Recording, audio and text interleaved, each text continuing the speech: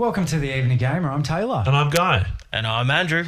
Welcome Andrew. to the pod, mate. Give him a round of applause. Round of applause for Andrew. Here he is. Everyone. Thank Get you. in there, son, in the hot seat. This is our second guest from the bloody UK. Yeah, sorry everybody. You know, they're invading. Yeah, apologies. In prospect, apologies for this. God save the Queen. King. Sorry. We need to get that. We need to get updated. He's off to a belter. Cut.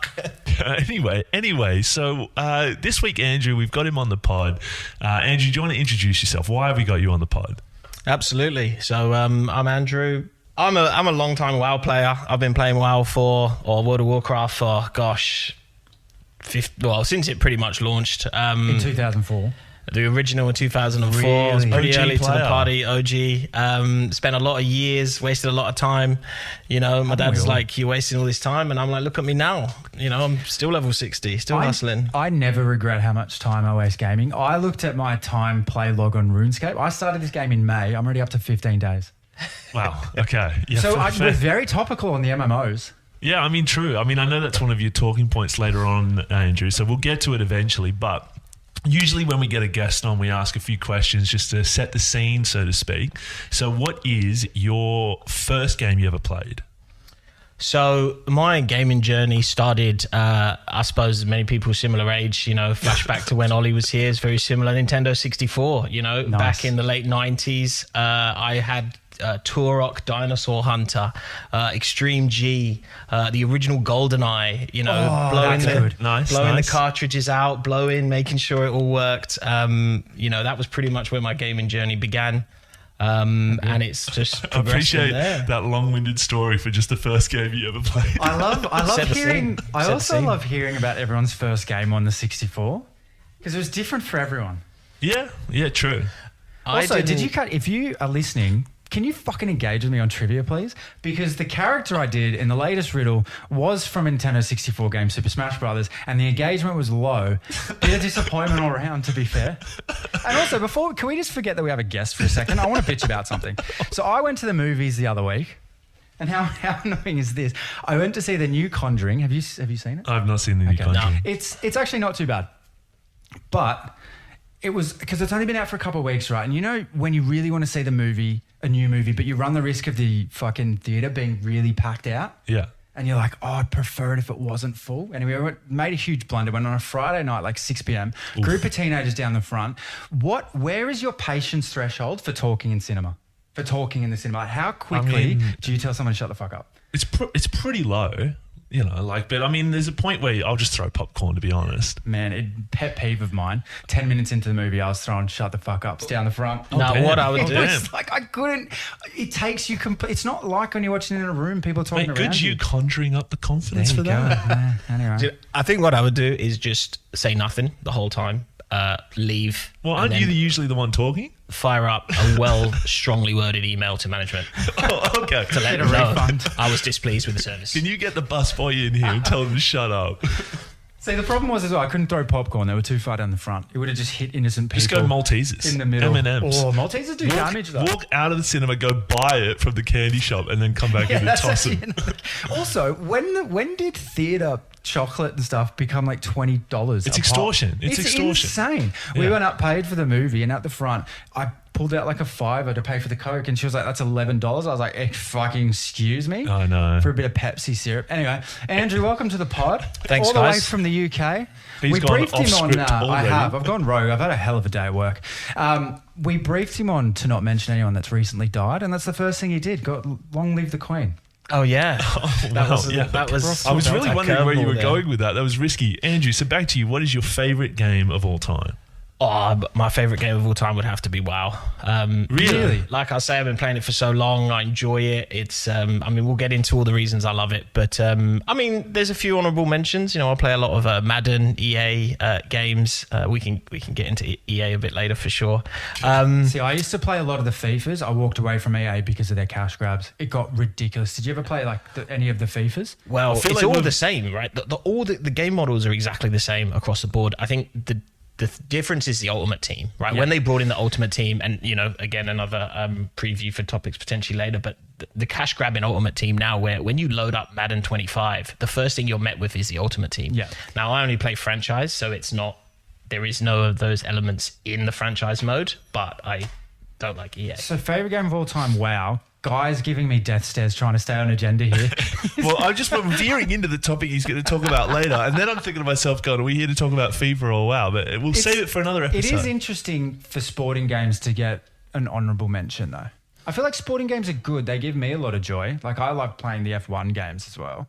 And FIFA, I played a lot of FIFA. But I don't know if it'd be an honourable mention for a big game of mine. And jumping between MMORPG to sports games is quite a diverse gaming portfolio. Is there anything in between, Andrew? Well, I would I would categorize by saying I've been playing Madden since like Madden 10, Madden 11. Oh, yeah, right. So this When they were So good. it's in your blood. when they were good. So it's in my blood. Other games I play, there's an honourable mention I've got to give called War Tales, which is an incredible party building game. I think Ollie's on War Tales. He's done that. Awesome game. So, but I mean, what about the big franchises? The Witches, Halo, Skyrim back in the day. Skyrim. That took a lot of my great years. There was Red Dead Redemption 2. There you go. Okay. There's some Okay. big names in So there. you got a resume Mass behind Effect you. trilogy. I think we love that one. Yeah. Nice. It's actually an interesting talking point that gaming is split between these two channels of like, you've got kind of like the MMORPGs, you've got the RuneScapes, the World of Warcrafts, and then you've got this mainstream gaming channel as well, which is like your Red Deads, your Rockstars. Yeah. And you get totally different crowds playing those games. Very true. I'm not calling one side nerds and the others not nerds. That's not what I'm saying. It's just Very interesting how it's divided like that. I do think out of all games, the battle, the shooting, this is going to make me sound like The a boomer FPS, here. The almost. FPS has a niche audience, and It's sort of a niche, but a massive audience. yeah, massive. They all drink Monster Yeah. Energy, just full go. Wait, hold full on. go people.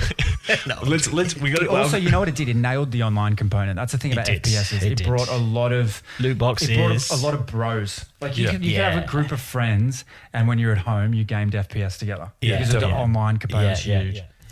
So corrections corner, because Yes. I'm sticking to a run sheet because we do have So much to get something through. special in this We episode do. that we got a hard launch. So firstly, we did get 2 write-ins. So one was from our good friend Iron Cowboy, who gave me a bit of a hard time, and this feeds into the correction corner. I'm loving Sunny Coast's emails. Mate, he's phenomenal. It's He's part of my engagement. Love his weekly reading engagement. now. Love reading from Love him. it. He gave me a bit of shtick for not remembering who John Voight's daughter was. I'm which upset about is this one as well. Angelina Angelina Jolie, and Jolie. so am I, because Angelina Jolie, Tomb Raider, like that's- if you're in that age bracket who played those games and saw those movies in the cinema, that chick, there was posters of her all over the place. Like she was a pin-up chick of the earliest point. Yep. Like borderline, probably like, I don't know if should say this, but she's probably in the top 10 most attractive people of all time. Oh yeah, Whoa, just whoa, the whoa. pin-up of contemporary beauty. Yeah. The big lips, the tall frame. For the a hourglass female. figure kind of thing. No, of course. And like, it's not a faux pas to mention that. Like everyone knows.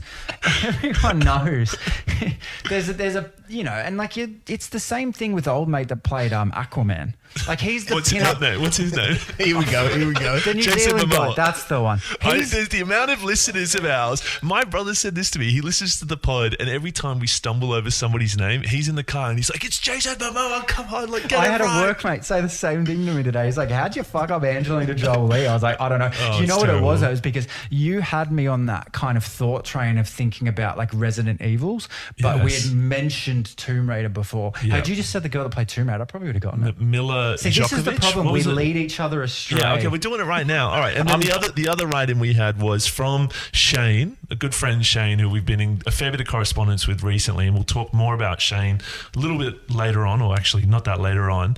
But he raised some really interesting points. So one, he talked about playing Mafia, the new Mafia game, and he was saying that it's not bad. It plays pretty well, fairly linear, not that long of a game, which was my Yeah, hesitation. he said it was short, which was interesting. But he did say it was sort of short and sweet because he Yeah. spoke a lot about the why, and the why in that game was really good. And like for anybody who plays story games, why? Like, what's the point? What's the mission objective? Like Mass Effect, stop the fucking Reapers. So many games you can go, I got to kill Dutch in Red Dead. Like the why is clear, and that is a motivating factor for if you play a story game. So I really resonated with Shane on that one. It's funny. I still, even to today, like I loved The Last of Us stories, but I still don't think I play games for storylines. Like I care about it, and if it's a bad game and a bad story, it's an all-round bad game. But like it's not like it's the first thing that draws me to it.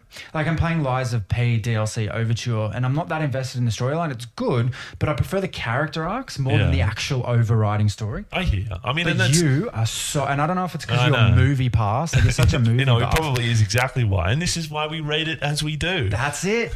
And then what else did he raise? He raised AI in gaming, and we've talked about this briefly in the past. Of another pod I think he was listening to mentioned the fact of eventually AI will just be creating the entirities of games, and all it will come down to is almost graphic designers maybe coloring in a leaf, but the AI will do everything else. And I just like hearing that kind of almost got my gears going, because I was like, it should be the other way around. Agreed. Like, why would AI come up with a better story than humanity? And this pod apparently was on a whole soapbox being like, every story's been written. You know, you're just retreading ground that's already been done. I think like, that's what kind of hot take is that? Like every year a new movie comes out. Well, that's the thing. I think that rhetoric is born from movies at the moment. I mean, because, let's be honest. You see 10 movies, 2.5 of them are good. Yeah, but I mean, like, okay, yes, they're redoing Marvel movies as this. They've, sequels, redos, all the rest of it. But that's not to say we're just getting a lot more movies. You know, it's not to say there's not original movies still coming out. But I do wonder if it's, I feel like an element that AI is never been able to recreate is a general human artistic element, right? And I think that's where, for every 100 movie you'll get those one or two that are not sort of follow-ons from another movie, or not a remake, but they are a genuine piece of sort of human art. And I think gaming is the same in that way. Yeah, absolutely. Agreed. And it doesn't always need to be a fresh idea. Like just finesse it. Like I'm a big fantasy book reader as well. Yeah. Like you need to make an entire new kind of realm and world if you're going to write a fantasy series. Yeah. But there's similarities between them, and it's not an entirely new idea. It's just finessed. Yeah. Do you know what I mean? I mean, like, So there's story tropes. I completely You can twist disagree. it. You can twist it. Yeah. It was a hot take that I was like, I'm not down for that. But we have an announcement. We do have an announcement. It's very exciting. It's very exciting. We are veering into the sponsored podcast territory, Guy. Corpo if Dogs. you will, because we have Shane, sold out. Because Shane works at a place called Fungies, which is now a partner of the Evening Gamer podcast. Are we partners yet? I don't know if we've signed on the dotted line. I think there's no Shane signing. and Katarina is going to be concerned on that one. There's no wet signature yet. But essentially, Fungies are essentially a website where you can create your own avatar or your PFP, gaming profile picture, whatever you want to call it, and actually use that on your PC, Xbox, or PlayStation. But there's a catch, Guy. Why is it special? This is like daytime TV.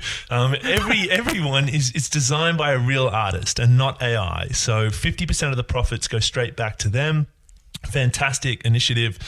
Being the son of a creative person, love that. Really nice. And a bit of profit share. We all love supporting local artists, and it's actually a unique PFP. So once you create it, purchase it, it's your own.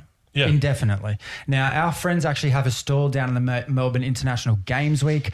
Our Fungies setting up a stall there. It's called the Big Games Night Out. That's Thursday, the 9th of October in Fed Square from 4 p.m. till late. If you're able to, if you're in Melbourne, if you're an Evening Gamer podcast fan, go down, say hi to our friends. Shane and Katarina are the founders of Fungies. They'd love to see you. And tell them you heard about them through the Evening Gamer. We'd love to hear about it. They'd love to hear about it. And I think they might even have a goodie bag just for you. So, 100%. There's something in it for you. And me and Guy and I, he's always corrected me on that. We've always said transparency is how we want to do this. We want to give back to the listeners. So off the back end of this first sponsored episode, we will be launching a competition, which Guy will be speaking about momentarily. Yes, so the competition. So we've pretty much gone Splitsvilles with this. So as we've talked about in the pod, any money we get, we're going to give back to our listeners one way or another. So here's the T's and C's of this competition, and you'll see it on our Instagram.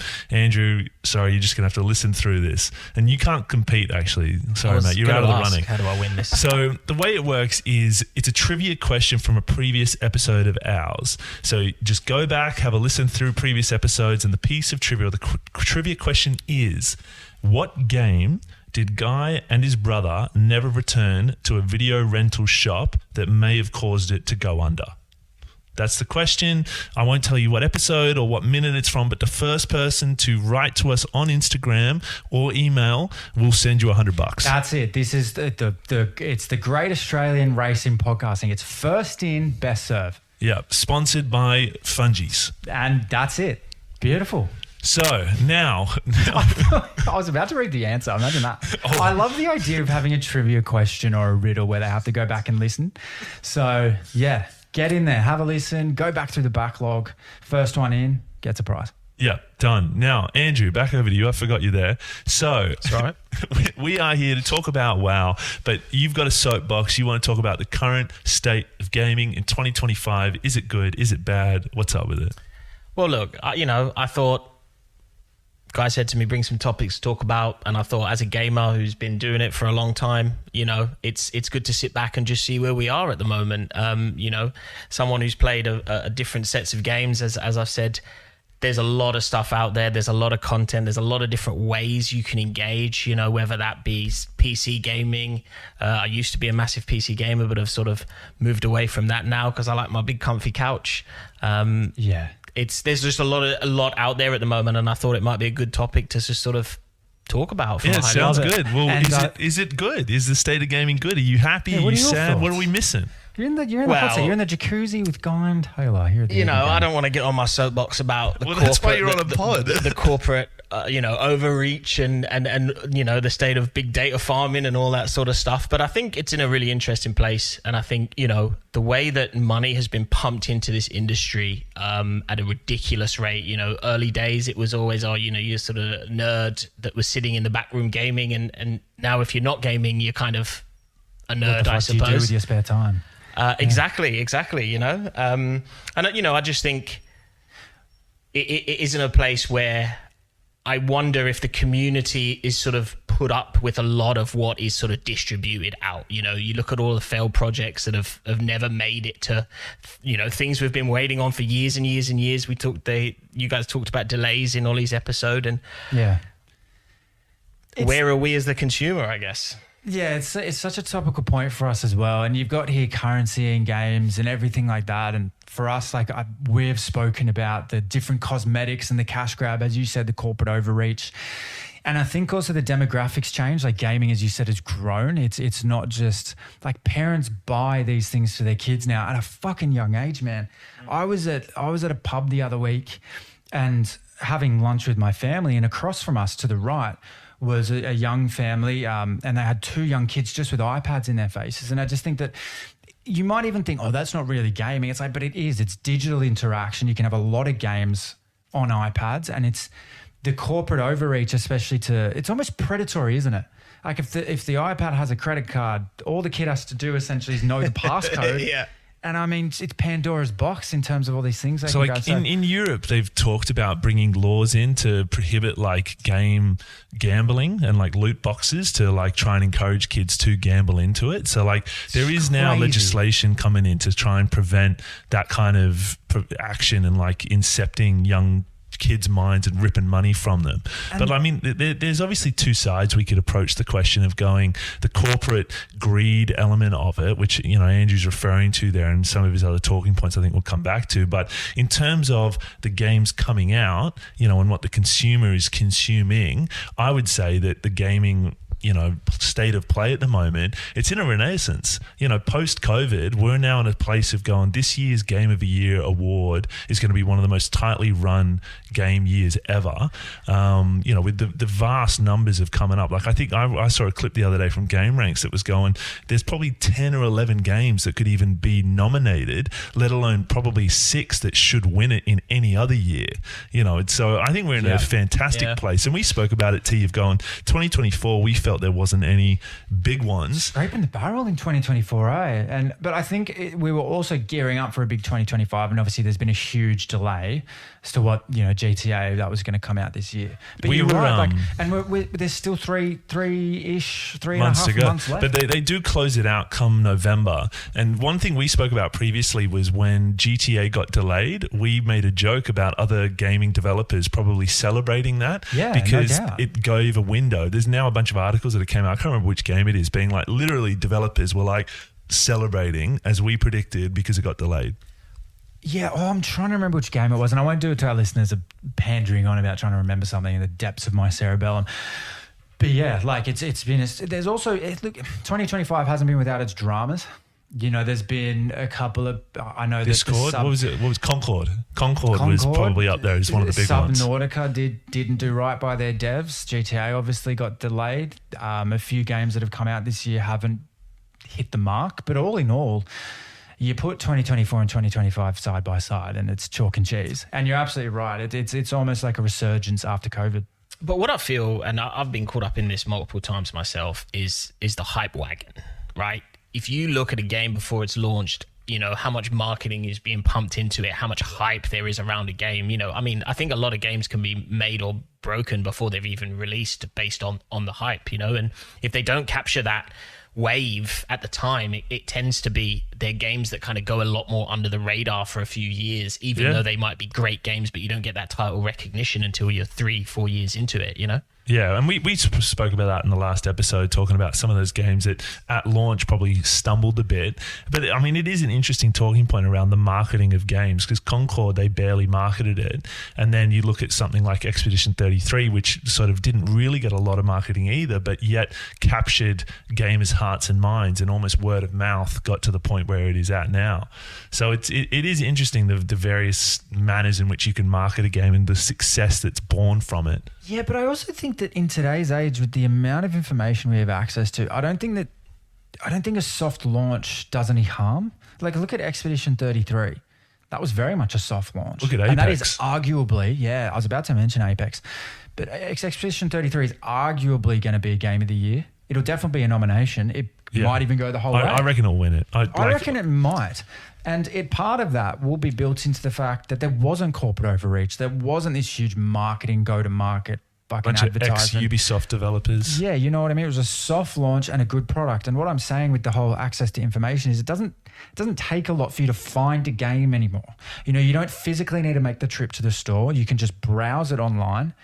And if you're in a gaming community, chances are a lot of people are playing it, talking about it. You can see reels of it. It gets shared with you. So I think gaming almost needs to pivot away from these standardized go-to-market marketing ploys and just rely on its product and how it's shared to actually carry a lot of that.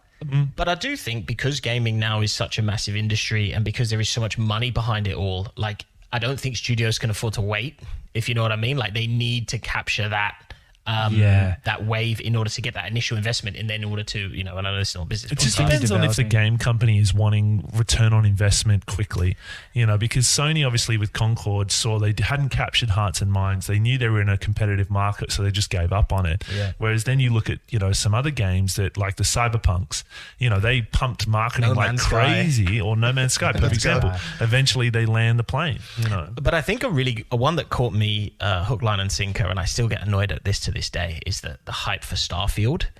Yes, man, what a flop. I was so hooked on Starfield. I bought it because I could see it was coming soon on the Xbox Game Pass, and I was like, nah, I don't even need to wait. Let me just buy it. Spent $90 on it, and it's just a farming simulator. Well, I'm still on the Reddit page, because I follow all the games I play on Reddit as they come out. And Starfield does look to be having a little bit of a renaissance of people going, it is getting better. They are improving it. And it's got a loyal fan base as of any kind of Bethesda game, and now their first attempt into going to sci-fi. But current state of gaming, I think pretty good. I think resoundingly we can say it's pretty good. I suppose I'm a little bit more mixed. Like, I feel like it's, long gone are the days where a solid quality product was released. I think there's a lot more deadlines. That's a strong stance. And again, Well, he's not wrong, though, because, if you look at this year, Assassin's Creed, like AAA titles have been struggling a little bit. Yeah, it's the indie games that are really... Look up For the King. Remember For the King? For the King 1 and For the King 2. Get out there, cop it. It's awesome. Don't go play those guys. I thought Lords of the Fallen was really good. I thought Kingdom Come Deliverance, like some of those Kingdom Come Deliverance, the first one was quite indie. Didn't have a huge team and budget behind it. We're talking the Ubisofts, the big ones. There's been a lag of their quality. Like, I think everybody's waiting for the next GTA, and that'll be the next massive storm the world. Everybody gets captured in it. But I think you're right. AA gaming this year has done really, really well. Yep. Silk Song, that's another one that was a AA one. Yeah, your boy's playing that at the minute. Yeah. I did a game spotlight on it. Check out the Instagram. You did.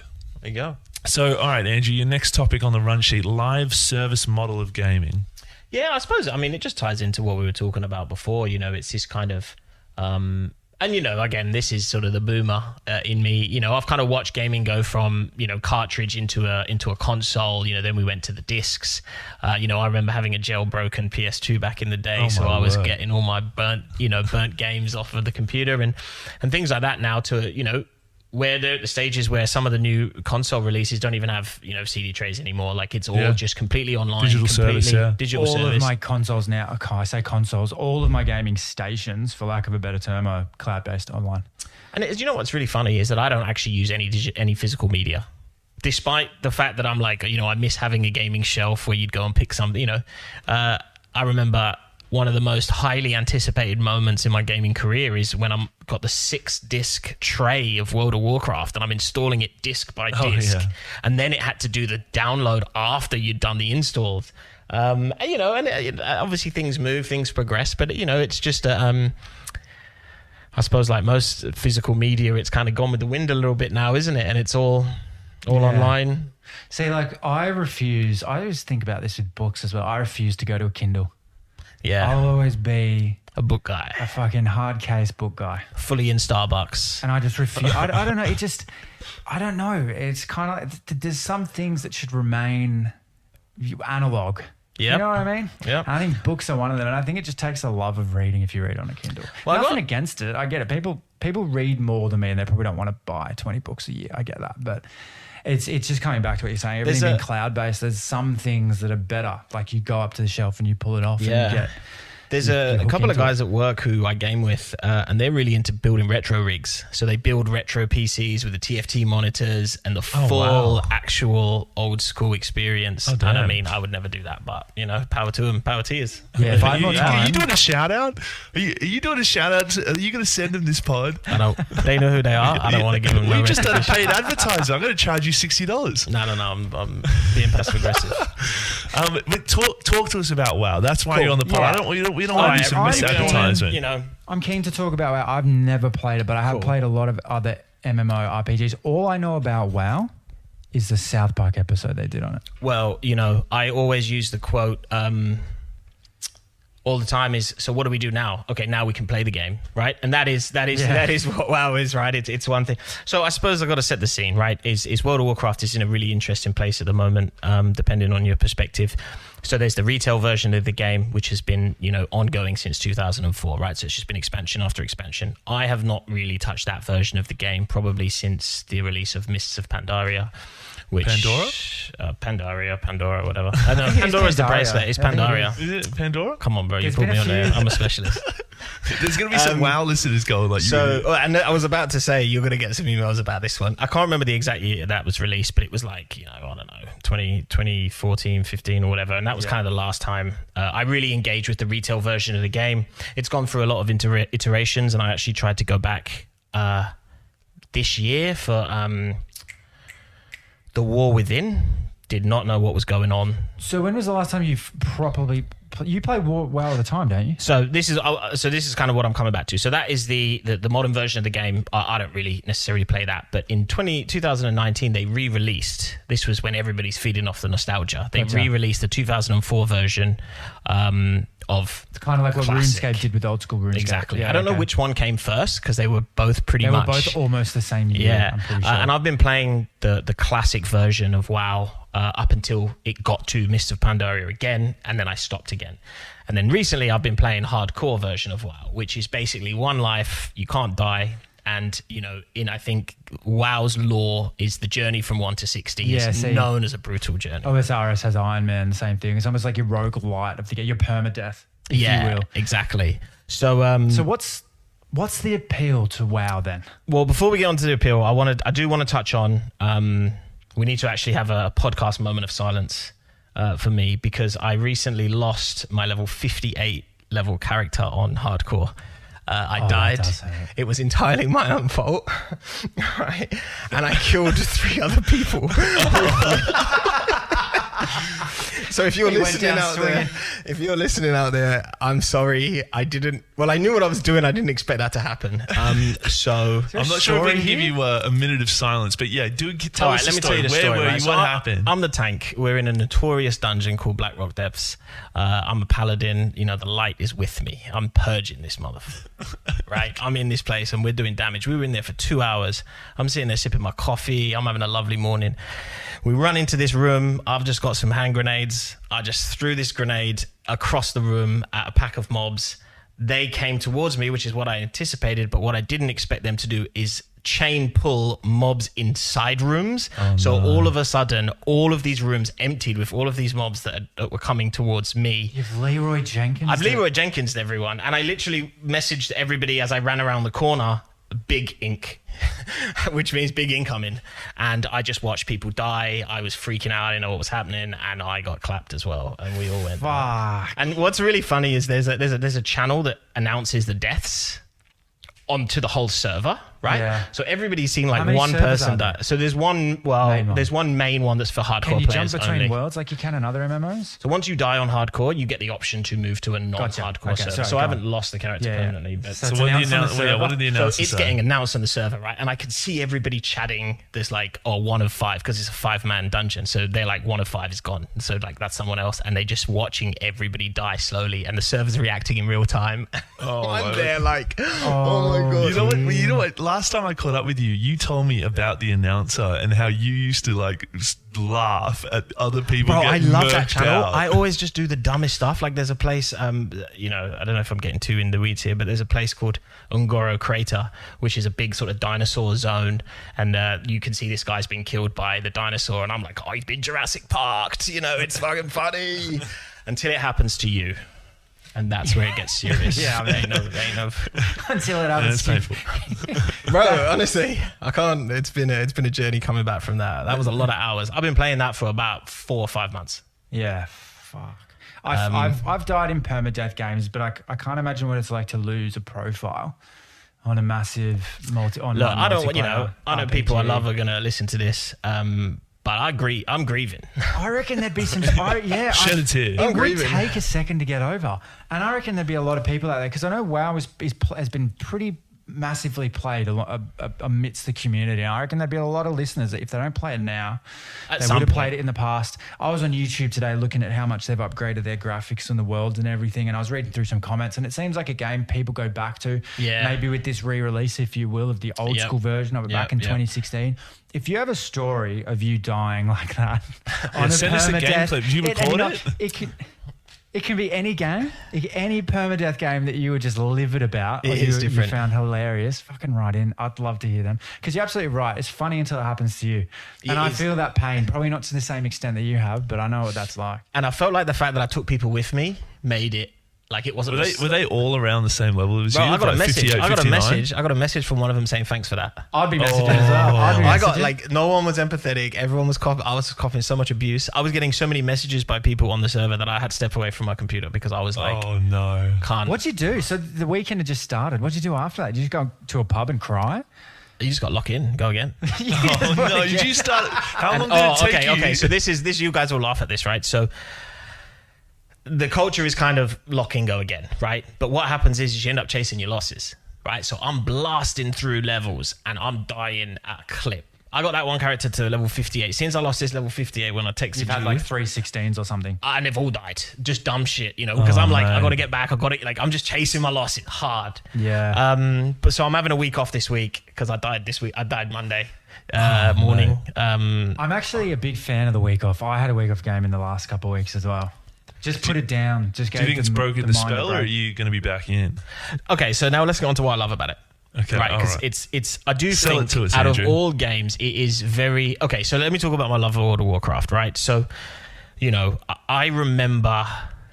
Firstly, it's nostalgia, and then you sort of develop it to the quality of game it is, or has become. I think the classic version is nostalgia, right? It's like you remember your first journey to some of these major cities, Thunderbluff or Grommo, and you're like, look at the scale and the size and the engagement. Like there's people running around the world. Like it's actually really cool you remember it back from being a kid because it triggers your imagination massively, right? Like this was before iPads, and all of that sort of stuff. Nostalgia 101. There's this 100%, visual right? cues and ASMR The noises audio, so that's the first thing. But I suppose for me, it's a lot of escapism, right? Like I get to just get away from it all. I get away from the noise. I get away from the hustle and bustle. I get away from everything, and it's just I find it quite relaxing. Not when I'm dying, but Not when you're fucking yeeting your permadeath account in the middle of a dungeon with a hand grenade. But I just find it a good place to kind of just get away and be familiar. It's kind of my thing of choice, and I just enjoy it. And the good thing about these MMORPGs is that there's tasks you can do that are easy, like upskilling, whatever it is, doing an easy quest or whatever it is, and then there's that you can dial up the intensity as you please. It's not like you play a linear single player game where it's like first encounter is a boss fight and you're like, but I was just planning on chilling tonight. So that's also why I love the MMORPGs, and I wish we had a better brief for that. the Morpix or something. But that's why I also love RuneScape. It's the escapism. It's like sometimes I'll just play on my laptop in bed, man, and I'll just like level up wood cutting or something like that, or just do some money making for a bit, and not to the point where I'm on till 2 a.m., but just to close out the day for that that element of escapism. So I hear you. But I think the challenge develops when it's hardcore, right? Because it enters a completely different dynamic of fuck around and find out, right? And there's so much of that where you kind of just got to be cautious about. You got to be thoughtful. You got to be intentional. You kind of got to know what you're doing. You got to know when it's too much. And it just adds a new challenge, I suppose, that, I could probably get from some other games, but it's nice to be able to change the game that you love. And I think what WoW has become over the years is because it's been so reiterated, because there's so many private servers, it's become very cookie cutter, right? There is one way to do this the best. If you want to go into a raid or you're going into a dungeon and you want to blast, you have to be this spec. You have to be this build. What hardcore does is the intention is not to get to the complete end game and be decked out as possible. The aim is to survive. So it opens up different talents, different ways of playing the game that you may never have thought of before. It also dials up the enjoyment. Oh yeah, for sure. Because when you know that if you die, it's all over. And this comes back, Guy, to the raids on Destiny that we used to do. When you know that if you die, it's all over. There's a complete different feeling of how you're entertained and level of challenge to it. For sure. It is so addicting, I reckon. Oh, for sure. I mean, and it's kind of like, and for people, if you're just an FPS gamer and you're listening and you don't really understand it, when you lose an account after a lot of work, it's kind of like watching your team lose a grand final. Like, fuck, I came all the way to the end and I may as well have just not made the finals. How long did it take you to get your 58 level character? Well, I've got a screenshot here from when I sent my very good friend, who was the guy who actually got me into gaming, got me into World of Warcraft specifically, and I'm just trying to dead air. We'll wait for you. I sent him this screenshot to show him the progress I made, and I think the screenshot was from like April this year. Okay, so what was that, 6 months? And I was already level 40, so I'd gone from 1 to 40 by April, whatever it was. How many gaming hours is that though? 1 to 40. Does it scale differently? Is 40 to 41 harder than 39? I had 7 days played. Close to when 40. I was dying. No, that was nearer the end. Oh, yeah, right. But because hardcore is, you don't just sit in a city, you log out all the time. Like you don't. Oh yeah, of course. So that is solid questing. Yeah. So what next for World of Warcraft then? Where do they go from here? Because it's a good question, right? It looks good. I was watching a YouTube video of kind of like their 2023. They're at 60. Oh, their 2023 update. They're at 60 FPS. I think you can game it on 4K if you got the GPU to do it. Things like this, but it's still not quite keeping up with what contemporary gaming looks like. So what happens next? So one of the things they've played with recently is seasonal servers. So since the success of the launch of the 2019, which was a huge success for them, it was community driven, it was really a moment. And they kind of really, everybody was sort of really bought into it. And then they had a few seasonal servers, which would only run for a set period of time. They would run through the content, et cetera, et cetera. But what would happen is that they would introduce niche changes into, so we had Season of Discovery, which was, they changed so much function around. They changed the way a lot of the classes played and things like that, which what the community is hoping is this is for the build up of what's called what we are in the community are dubbing as Classic Plus. Okay. Which is not the way that the game did go, which is the War Within, where it's current expansion, which is, you know, a lot more, not so much engagement. It's a lot more not necessarily transactional, but I don't play it, so I don't want to talk too much on it because I don't know a lot about it. Do you think it's veering into, me and Guy have this concern that gaming is veering into the space of pay to upgrade rather than grind to upgrade? Well, this is it going that way as well? Because I prefer, like, it's kind of like the old CODs, right? You'd spend so much time on a particular gun and then you'd get a gold skin when you maxed out that gun and no one else had it. You couldn't fucking buy it. Yep. And I just think gaming, especially online gaming, is getting to a point where the flex comes from the credit card that you add to it rather than the hours you put in. Well, one of the interesting things that happened to the company that was Blizzard Activision, and they had a lot of controversy. So they had a few years ago, CEO had to step down on various other things because of some really horrible stuff that was coming out of their offices. And then they got acquired by Microsoft. So Ipso Facto right. and ZeniMax Studios, who are the same makers of ESO, Elder Scrolls Online. So I'm hoping with this, you know, and this was in 2023, so, you know, we're only in 2025. They've still got a while to put things together, but I'm hoping that it kind of goes, they have a very strong classic community, and I think what the community loves about what they play is there isn't any of that in your face. There is no pace to win. You know, if you're seeing someone in the middle of Stormwind with Thunder Fury, anyone who's listening knows what I'm talking about. That is someone that has done the work. Yeah, there is no shortcuts for that. And I think that's why these old school games there'll always be a resurgence. Like we spoke on a previous episode that old school RuneScape, and I keep talking about RuneScape because that's the closest, you know, they're often delineation that I have to this game. It's the same thing. Like you see someone with a fire cape, and anyone that plays RuneScape and know what I'm talking about, you're like, oh, they've done the shit. Yeah, and you can't buy that. You can't skip intro and get to 99 on something and make that happen. That's exactly it. That's its days of gaming. So I hope that stays. I don't want to. There's so much pay to play, pay to win. But the thing with them is Activision Blizzard did all of the Diablo. So I think one of the most predatory gaming models there has been recently is the cash shop in the Diablo mobile game. Oh yeah, I think that was one of the, and I may be wrong here, so correct me, where the term whale really sort of took off when you sort of had these massive whales with these, you know, nearly $1 million accounts. You know, it's crazy. Just mental. Like I've been playing Clash of Clans now since I was 19. I'm 32. I could sell that. I looked it up on AI. I could sell it for like $900. Damn. I could also sell my Apex account for somewhere around $2,500. Because my Apex account has some Wraith skins that like OG ones that you had to get from packs, and you only got packs from playing. Damn. Wow. So yeah, it's a day one account. It's a game that's been around for 6 years now. I might sell mine. I mean, you could. We had some fun on the weekend, though. We did have some fun. I recently bought a rig, so I'm now in the PC Master Race. I'm frog marching around. Get in there.